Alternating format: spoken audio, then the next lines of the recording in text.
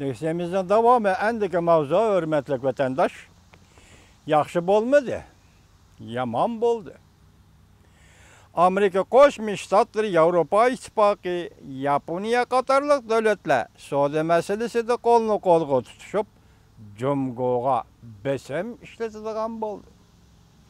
Mavzuli xabar Ol ko'chisi gazetida e'lon qilindi. Xabar mundaq başlandı. 8 ayının 23 günü Ol ko'chisi gazetida e'lon qilindi. Xabar mundaq başlandı. Prezident Trump'ның nayt tez ardı Meksika ve Kanada bilen kelişim hasılı kılıdığanlığı biraz kılınmakta. Bu eş Prezident Trump'ның Jungo'ga ege texeme kattık meydan kollanışıga aydakçılık kılıdı. Onundan başka Amerika Qo'shma Shtatlari, Avropa İttifaqı, Yaponiya qatorliq davlat vakilleri 24 günü söhbet ötközüp ortaklaşıp Jungo'ga besim işletildi. Ol ko'chisi gazetining xabariga asoslanganda, bu qatim o'tkazilgan Amerika Jungo savdo suhbatiga yaqindan diqqat qilgan bir nafar kishining aytishicha, Amerika Jungo savdo suhbati Washingtonda har qanday ilgirlashga erishalmagan. İki devlet o'rtasida kelishim hosil qilishning istiqboli qorong'ulashgan. Xabardor kishilar mundaq ko'rsatdi. Prezident Trump hukumati ko'ngil bo'ladigan masalalar to'g'risida hal qilishga munosabatlik Jungo taraf har qanday bir yangi loyiha o'tirg'a ilib chiqmadi. Masalan, Prezident Trump ko'ngil bo'ladigan masalalar to'g'risida hal qilishga munosabatlik tegishlik Jungo taraf har qanday bir yangi masala ko'tarib chiqmadi. Prezident Trump mundaq hisobladi. Amerika Jungo ikki tarafdan qo'sh taraflik savdoda paydo bo'layotgan savdo qizil raqami muvofiq emas. Hamda Beijing Amerika shirkatlarini texnik o'tinib berishga zo'rlayapti.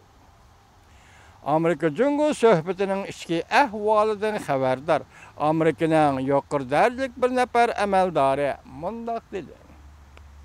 Suhbat faol bir natijaga erishmoqchi bo'ladi ekan, Jungo cho'qim Amerika o'tirib qo'ygan masalalarni hal qilish kerak.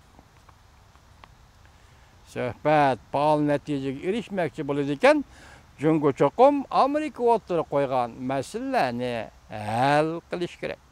Biroq hozirgacha Amerika taraf Jungoning bu yo'lda har qanday harakat qilganligini, tirishchanlik qilganligini ko'rolmadi. 8 ayının 24 günü Amerika Qo'shma Shtatlaridan, Avropa İttifaqıdan, Yaponiyadan yetib kelgan vakillar Washingtonda suhbat o'tkazib, Dünya Savdo Tashkiloti va boshqa usullardan foydalanib, Jungo'ga qanday besim ishlatishni davomli muhokama qildi. Bu suhbat aslida toza diqqatga sazovor bo'lmagan.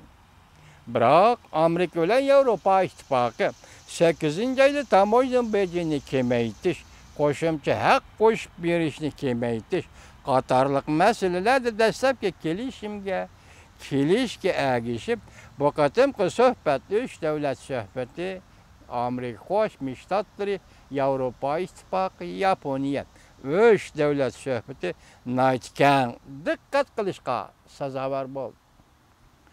Shangang Janubning Sari gazetining xabariga 24 kunidagi xabariga asoslanganda, Shimoliy Amerika erkin savdo kelishimi kelgusi bir necha kun ichida kelishim hosil qildi. Kanada bilan Amerika Qo'shma Shtatlari degan. Bu kelishimning imzolanishi balki Prezident Trumpning Jungo'ga hujum qilish qiyofasini saqlab qolish, Jungo'ga texnik qattiq maydon qo'llanishini saqlab qolish bo'yicha 4 kunlik rol o'ynaydi. Savdo urushiga munosabatli hujum qilishmi, yana harbiy ishlardan deb tushunib qolmanglar.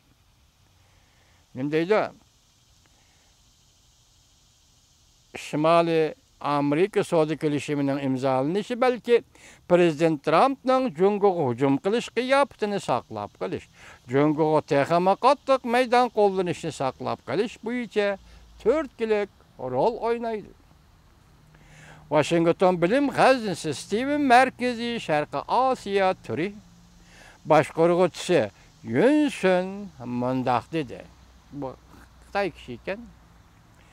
Bu hafta Washingtonda o'tkazilgan bu qatimqi suhbat sinaq xarakterlik suhbat kelishimi imzolashni maqsad qilmagan. Lekin astoydil o'tkazilgan suhbat Jungo va Amerika har ikki davlat texi yo'l qo'yishga tayyorlik qilgan yo'q. Suhbat bo'layotdi, lekin Amerika va Jungo bir-biriga yo'l qo'yishga tayyorlik qilgan yo'q. Sun apandi mundaq ko'rsat.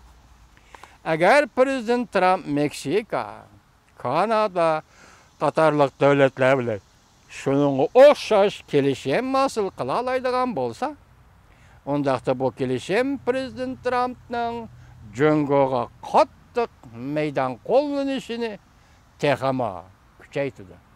Demak, Meksika bilan savdo kelishimi imzolash, Kanada bilan masalan Shimoliy Amerika savdo kelishimini imzolash orqali Prezident Trump nimani maqsad qiladi? Bu orqali Jungoga texama qattiq bosim ishlatdi. Demak, burunqidek yakka holda emas, o tarafda Yaponiya, Amerika, Yevropa ittifoqining ittifoqi birlashib Jungoga bosim ishlatdi. Bu tarafda agar imzolansa, Kanada, Amerika, Meksika bu üç davlatning bosimi.